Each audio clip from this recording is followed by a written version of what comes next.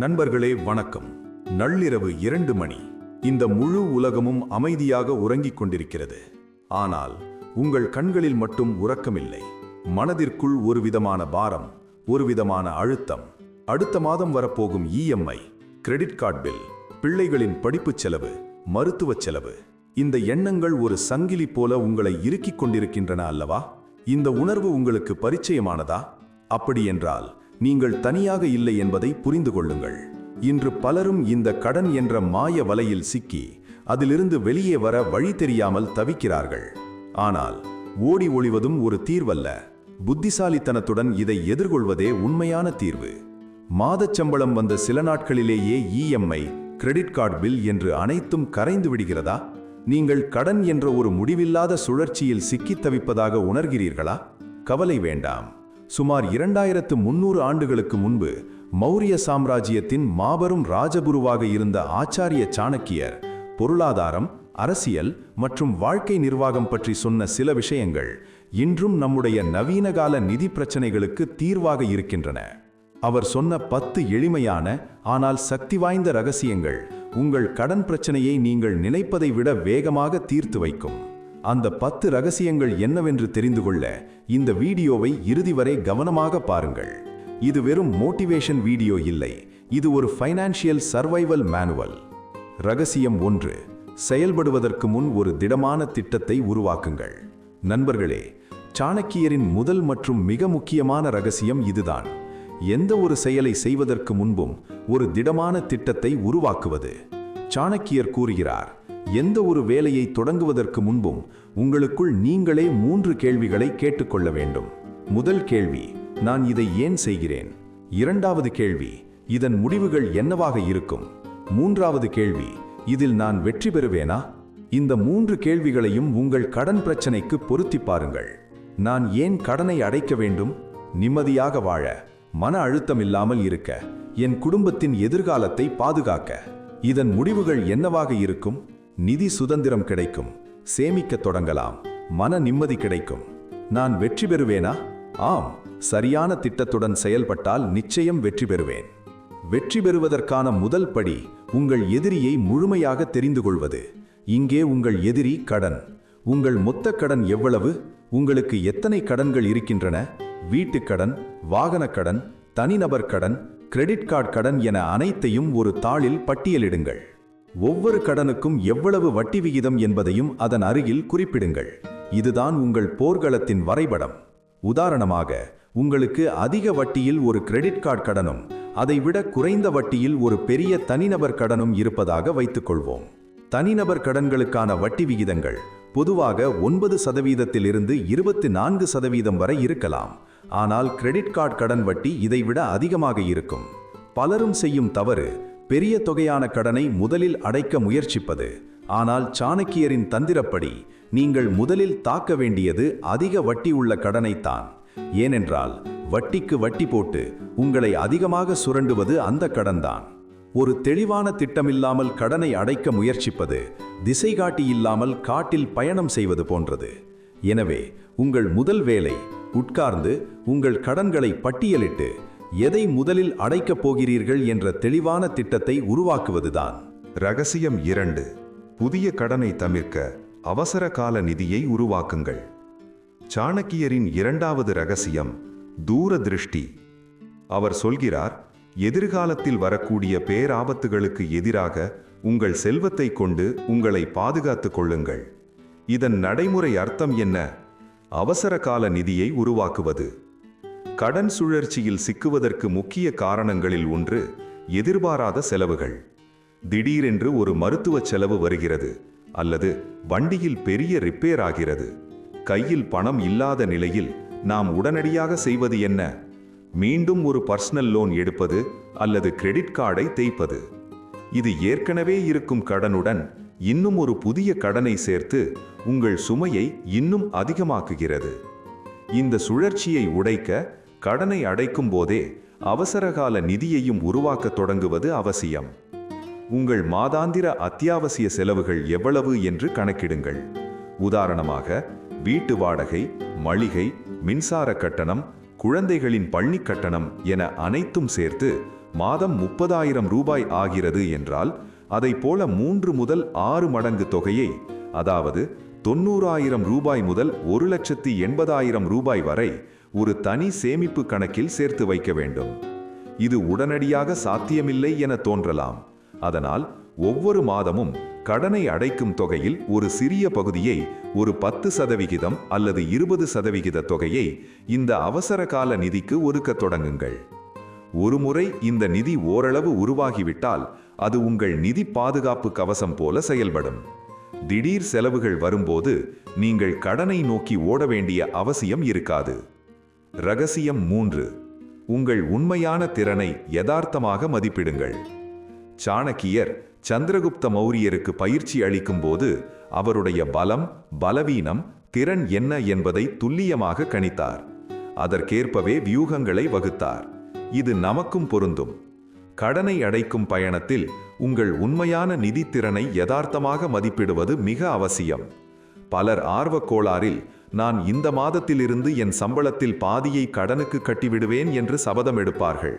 முதல் மாதம் செய்வார்கள், 2வது மாதம் தடுமாறுவார்கள், 3வது மாதம் அத்தியாவசிய செலவுகளுக்கே பணம் இல்லாமல் மீண்டும் கடன் வாங்கும் நிலைக்கு தள்ளப்படுவார்கள்.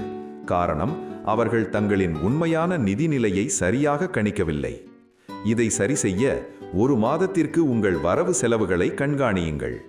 உங்கள் சம்பளம் எவ்வளவு, வேறு ஏதேனும் வருமானம் வருகிறதா என்பதை வரவு பக்கத்தில் எழுதுங்கள். மாத இறுதியில் உங்கள் வருமானத்தில் எவ்வளவு செலவாகிறது, எவ்வளவு மிஞ்சுகிறது என்பது உங்களுக்கு தெளிவாக தெரியும். நிதி ஆலோசகர்கள் பரிந்துரைக்கும் ஒரு பிரபலமான வழிகாட்டி 50-30-20 விதி. உங்கள் வருமானத்தில் 50% தேவைகளுக்கும், 30% ஆசைகளுக்கும், 20% சேமிப்பு மற்றும் கடன் அடைப்பதற்கும் பயன்படுத்தலாம். இது ஒரு பொதுவான வழிகாட்டிதான். உங்கள் சூழ்நிலைக்கு ஏற்ப இதை மாற்றிக்கொள்ளலாம். உங்கள் தற்போதைய கடன் சுமையை பொறுத்து இந்த 30% ஆசைகளை தியாகம் செய்து அந்த பணத்தையும் கடன் அடைக்க பயன்படுத்தலாம். இதன் மூலம் உங்கள் இலக்கு யதார்த்தமானதாக மாறும். ஒவ்வொரு மாதமும் எவ்வளவு தொகையை உங்களால் செலவு செய்யாமல் கடனுக்கு ஒதுக்க முடியும் என்பது உங்களுக்கு தெளிவாக தெரியும். ரகசியம் 4. விரைவான தீர்வுகளை விட நீண்டகால ஒழுக்கத்திற்கு முன்னுரிமை கொடுங்கள். உண்மையான வலிமையும் பாதுகாப்பும் ஒரே நாளில் வருவதில்லை. அது தொடர்ச்சியான ஒழுக்கமான பயிற்சியின் மூலமே சாத்தியமாகும்.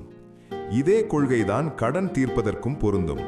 இன்று பலர் ஒரே இரவில் கோடீஸ்வரன் ஆவது எப்படி என்று தேடுவதைப் போல ஒரே நாளில் கடனை அடைப்பது எப்படி என்று மாயாஜால தீர்வுகளை தேடுகிறார்கள். லாட்டரி சீட்டு வாங்குவது, பங்குச் சந்தையில் ரிஸ்கான வர்த்தகம் செய்வது, அல்லது ஏதோ ஒரு குறுக்கு வழியில் பணம் சம்பாதித்து கடனை அடைத்து விடலாம் என்று நினைக்கிறார்கள். சாணக்கியர் இதை பேராசை என்கிறார். பேராசை அழிவுக்கு வழிவகுக்கும். மாறாக நீங்கள் கவனம் செலுத்த வேண்டியது நீண்டகால ஒழுக்கத்தில். ஒவ்வொரு மாதமும் தவறாமல் ஒரு குறிப்பிட்ட தொகையை கடனுக்கு கட்டுவது, சம்பள உயர்வு அல்லது போனஸ் வரும்போது அதில் ஒரு பெரிய பகுதியை கடனை அடைக்க பயன்படுத்துவது போன்ற ஒழுக்கமான பழக்கங்களே உண்மையான பலனை தரும். ஒரு சிறிய உதாரணம். உங்கள் இஎம்ஐ தொகை மாதம் 10,000 ரூபாய் என்று வைத்துக்கொள்வோம். நீங்கள் கூடுதலாக ஒரு 2,000 ரூபாயை ஒவ்வொரு மாதமும் அசலில் செலுத்துகிறீர்கள் என்றால் உங்கள் கடன் முடியும் காலம் கணிசமாக குறையும். நீங்கள் கட்டும் மொத்த வட்டியும் பெருமளவில் குறையும்.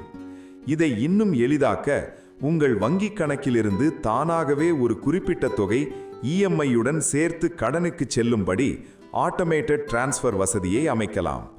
விரைவான குறுக்கு வழி தீர்வுகள் உங்களை மேலும் சிக்கலில் மாட்டிவிடக்கூடும்.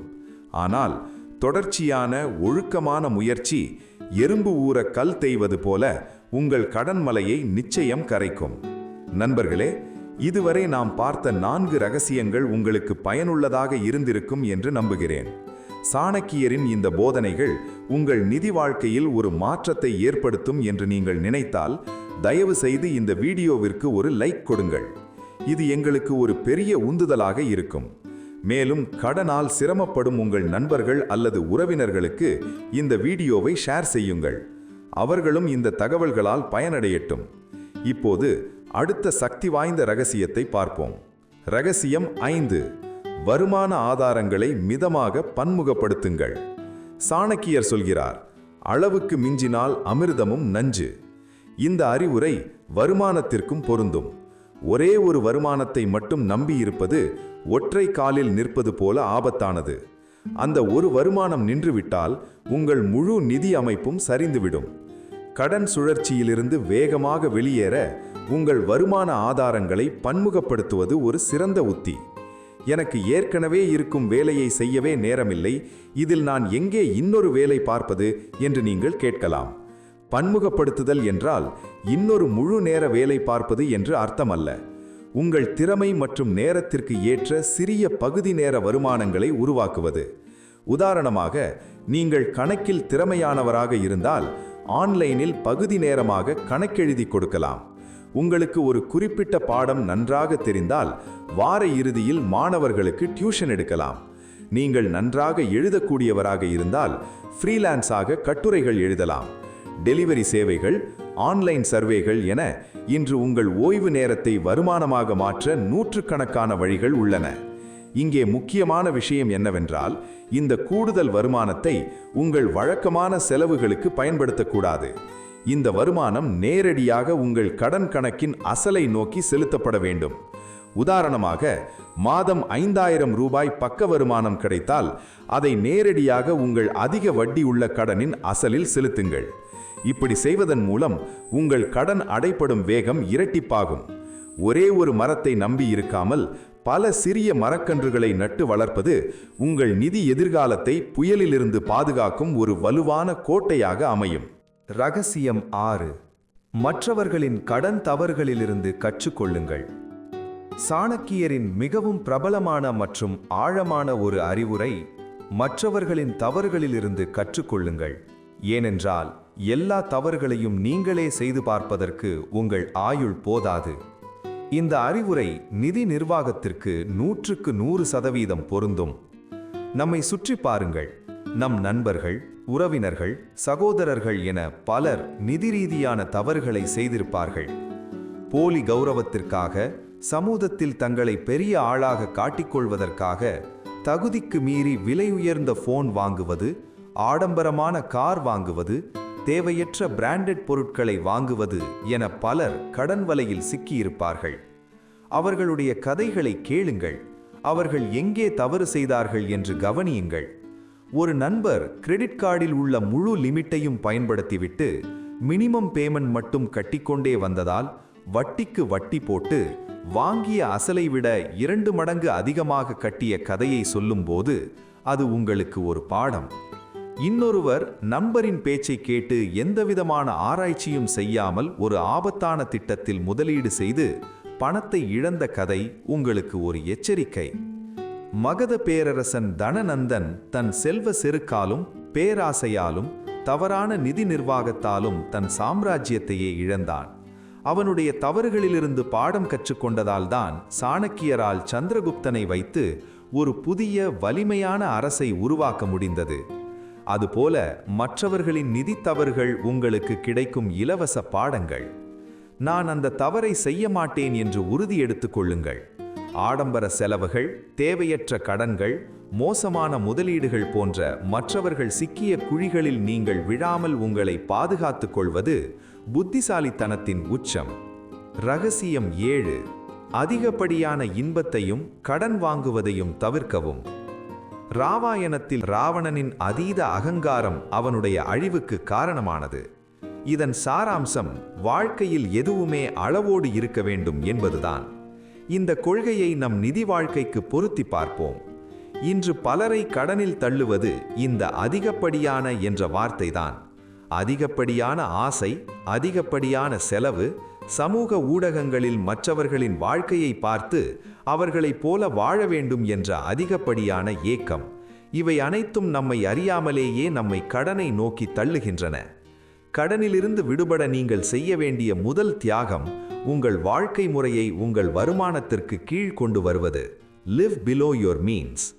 உங்கள் மாதாந்திர பட்ஜெட்டை எடுத்து பாருங்கள். அதில் உள்ள ஆசை சார்ந்த செலவுகளை அடையாளம் காணுங்கள். வார இறுதியில் ஹோட்டலில் சாப்பிடுவது, அடிக்கடி சினிமாவுக்கு செல்வது, ஆன்லைனில் தேவையற்ற பொருட்களை வாங்குவது போன்றவை. இந்த செலவுகளை உடனடியாக குறையுங்கள். சாணக்கியர் சொல்கிறார், கடனையும் நோயையும் நெருப்பையும் ஒருபோதும் மிச்சம் வைக்கக்கூடாது, அது மீண்டும் வளர்ந்துவிடும். எனவே புதிய கடன்களை வாங்குவதை முற்றிலும் நிறுத்துங்கள். உங்கள் கிரெடிட் கார்டுகளை அவசர நேரத்திற்கு மட்டும் என்று ஒதுக்கி வையுங்கள். ஒரு பொருளை வாங்குவதற்கு முன் இது தேவையா அல்லது வெறும் ஆசையா என்று உங்களையே கேட்டுக்கொள்ளுங்கள். ரகசியம் 8. பின்னடைவுகள் வந்தாலும் உறுதியாக இருங்கள். ஒரு கல் உடைப்பவன் ஒரு பெரிய கல்லை உடைக்க முயற்சிக்கிறான். அவன் 100 முறை உளியால் அடித்த பிறகு 101வது அடியில்தான் அந்த கல் உடைகிறது. இதற்காக அவன் அடித்த முதல் 100 அடிகளும் வீண் என்ற அர்த்தமா? இல்லை. ஒவ்வொரு அடியும் அந்த கல்லை பலவீனப்படுத்தி இறுதியில் வெற்றியை சாத்தியமாக்கியது. சாணக்கியர் கூறுகிறார், ஒரு முறை நீங்கள் ஒரு வேலையை தொடங்கிவிட்டால் தோல்விக்கு பயந்து அதை கைவிடாதீர்கள். உண்மையாக முயற்சிப்பவர்கள் எப்போதும் தோல்வியை கண்டு அஞ்சக்கூடாது. தோல்வியில் கிடைத்த பாடத்தை எடுத்துக்கொண்டு முன்னேறி செல்ல வேண்டும். கடன் தீர்க்கும் பயணம் ஒரு மராத்தான் ஓட்டம் போன்றது, 100 மீட்டர் ஓட்டம் அல்ல. இந்த பயணத்தில் பல பின்னடைவுகள் வரலாம். ஒரு மாதம் எதிர்பார்த்ததை விட அதிகமாக செலவாகி இருக்கலாம். அதனால் கூடுதலாக பணம் கட்ட முடியாமல் போயிருக்கலாம். அல்லது இவ்வளவு முயற்சி செய்தும் கடன் குறைந்ததாகவே தெரியவில்லையே என்ற சோர்வு ஏற்படலாம். இது மிகவும் இயல்பானது.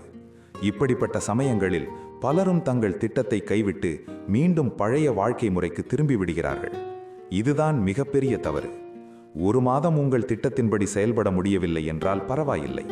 அடுத்த மாதத்திலிருந்து மீண்டும் தொடங்குங்கள். உங்கள் இலக்கை ஒருபோதும் கைவிடாதீர்கள். நீங்கள் ஏன் இந்த பயணத்தை தொடங்கினீர்கள் என்பதை நினைத்து பாருங்கள். அந்த கடன் இல்லாத அந்த நிம்மதியான வாழ்க்கையை மனக்கண்ணில் பாருங்கள். விடாமுயற்சி விஸ்வரூப வெற்றி என்பது வெறும் வார்த்தைகள் அல்ல. சந்தை ஏற்ற இறக்கங்கள், எதிர்பாராத செலவுகள் என எது நடந்தாலும் உங்கள் திட்டத்தில் நீங்கள் உறுதியாக இருக்க வேண்டும். ஒவ்வொரு மாதமும் நீங்கள் செலுத்தும் சிறு தொகை கூட உங்கள் கடன் என்ற மலையை உடைக்கும் ஒரு உளி அடி என்பதை நினைவில் கொள்ளுங்கள்.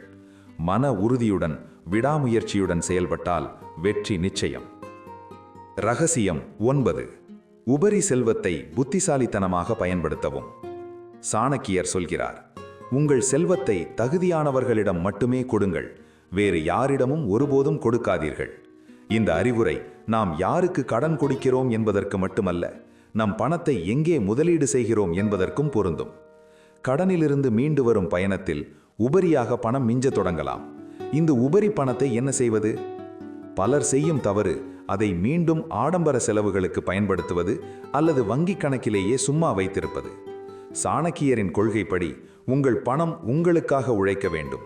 உங்கள் உபரி பணத்தை தகுதியான, அதாவது பாதுகாப்பான மற்றும் ஒழுங்குபடுத்தப்பட்ட முதலீட்டு வழிகளில் செலுத்த வேண்டும். நண்பர் சொன்னார் என்று தெரியாத ஒரு சிட் ஃபண்ட் அல்லது இரட்டிப்பு லாபம் தரும் என்று சொல்லும் ஒரு மர்மமான திட்டத்தில் உங்கள் பணத்தை போடுவது செல்வத்தை தகுதியற்றவர்களிடம் ஒப்படைப்பதற்கு சமம்.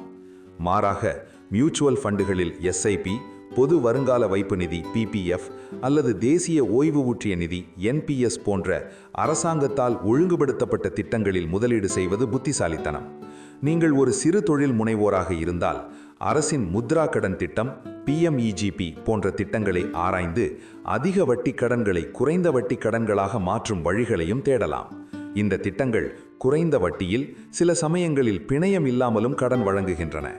உங்கள் பணத்தை சரியாக முதலீடு செய்வது உங்கள் செல்வத்தை பாதுகாப்பது மட்டுமல்லாமல் அதை வளர்த்து உங்களை முழுமையான நிதி சுதந்திரத்தை நோக்கி அழைத்துச் செல்லும். ரகசியம் 10. அச்சங்களை தவிர்த்து கடின உழைப்பை பயன்படுத்துங்கள். நண்பர்களே, நாம் இறுதி ரகசியத்திற்கு வந்துவிட்டோம். கடன் என்பது வெறும் எண்களை கொண்ட ஒரு நிதி பிரச்சனை மட்டுமல்ல, அது ஒரு உளவியல் போர். பயம், அவமானம், மன அழுத்தம், எதிர்காலத்தை பற்றிய கவலை என பல உணர்வுகள் நம்மை சூழ்ந்திருக்கும். இந்த அச்சத்தை எதிர்கொள்ளாமல் கடனை வெல்வது சாத்தியமே இல்லை. சாணக்கியர் பயத்தை எதிர்கொள்ள ஒரு சிறந்த வழியை சொல்கிறார். அதை சிறிய அளவுகளில் எதிர்கொள்வது. உங்கள் மொத்த கடன் 5 லட்சம் ரூபாய் என்று நினைத்தால் அது மலைப்பாகவும் பயமாகவும் இருக்கலாம். ஆனால் இந்த மாதம் நான் 5000 ரூபாய் அசலை குறைக்கப் போகிறேன் என்று ஒரு சிறிய இலக்கை நிர்ணயித்து அதை அடையும் போது உங்களுக்கு ஒரு விதமான தன்னம்பிக்கை பிறக்கும். உங்கள் கடன் டைரியை எடுத்து ஒவ்வொரு மாதமும் அசல் எவ்வளவு குறைகிறது என்று எழுதி வாருங்கள். அந்த எண்கள் குறைய குறைய உங்கள் பயமும் குறையத் தொடங்கும். முன்னேற்றத்தை கண்காணிப்பது, அதாவது ட்ராக்கிங் ப்ராக்ரஸ், பயத்தை விரட்டும் ஒரு சக்தி வாய்ந்த ஆயுதம். அதே சமயம் சாணக்கியர் கடின உழைப்பிற்கு மாற்று எதுவுமில்லை என்று உறுதியாக நம்பினார். செலவுகளை குறைப்பது ஒரு பக்கமென்றால் வருமானத்தை அதிகரிப்பது மறுபக்கம். உங்கள் திறமைகளை வளர்த்துக் கொள்வதன் மூலம் உங்கள் வருமானத்தை அதிகரிக்க வழிகளை தேடுங்கள். உங்கள் துறையில் ஒரு புதிய சான்றிதழ் பெறுங்கள் அல்லது ஒரு புதிய மொழியை கற்றுக்கொள்ளுங்கள். உங்கள் வருமானம் அதிகரிக்கும் போது அந்த முழு பணத்தையும் நேரடியாக கடனை அடைக்க பயன்படுத்துங்கள். கடின உழைப்பின் மூலம் வருமானத்தை உயர்த்தி அந்த பணத்தை கொண்டு அச்சத்தை தரும் கடனை அழிப்பது ஒரு போரில் எதிரியை நேருக்கு நேர் சந்தித்து வீழ்த்துவதற்கு சமம். நண்பர்களே, இன்று நாம் பார்த்த இந்த 10 ரகசியங்களும் பல நூற்றாண்டுகளுக்கு முன்பு சாணக்கியரால் சொல்லப்பட்டிருந்தாலும் இன்றும் நம்முடைய சிக்கலான நிதி வாழ்க்கைக்கு எவ்வளவு பொருத்தமாக இருக்கிறது என்பதை பார்த்தோம். நண்பர்களே, சாணக்கியரின் இந்த போதனைகள் வெறும் ஏட்டுச் சுரைக்காய் அல்ல, இவை நடைமுறைப்படுத்தக்கூடிய சக்தி வாய்ந்த உத்திகள். கடனிலிருந்து விடுபடுவது என்பது ஒரே இரவில் நடக்கும் அதிசயமல்ல, அது ஒரு பயணம். இந்த பயணத்தில் ஒழுக்கம், பொறுமை மற்றும் சரியான திட்டமிடல் மிக அவசியம். இந்த வழிகளை நீங்கள் உண்மையாக பின்பற்றினால் நீங்களும் கடனில்லாத ஒரு நிம்மதியான வாழ்க்கையை வாழலாம். நிதி சுதந்திரம் என்பது ஒரு கனவல்ல, அது அடையக்கூடிய ஒரு இலக்கு. இந்த வீடியோவில் சொல்லப்பட்ட கருத்துகள் உங்களுக்கு பயனுள்ளதாக இருந்திருக்கும் என்று நம்புகிறேன். உங்கள் கடன் பயணத்தில் நீங்கள் எந்த ரகசியத்தை முதலில் செயல்படுத்தப் போகிறீர்கள் என்பதை கீழே உள்ள கமெண்ட் பிரிவில் எங்களுடன் பகிர்ந்து கொள்ளுங்கள். உங்கள் அனுபவங்கள் மற்றவர்களுக்கும் ஒரு உத்வேகமாக இருக்கலாம். இந்த வீடியோ உங்களுக்கு பிடித்திருந்தால் மறக்காமல் லைக் செய்யுங்கள். மேலும் இதுபோன்ற பயனுள்ள வாழ்க்கையை மாற்றக்கூடிய தகவல்களுக்கு எங்கள் சேனலை சப்ஸ்கிரைப் செய்து அந்த பெல் ஐகானையும் கிளிக் செய்யுங்கள். அப்போதுதான் நாங்கள் பதிவிடும் ஒவ்வொரு வீடியோவும் உங்களை வந்து சேரும்.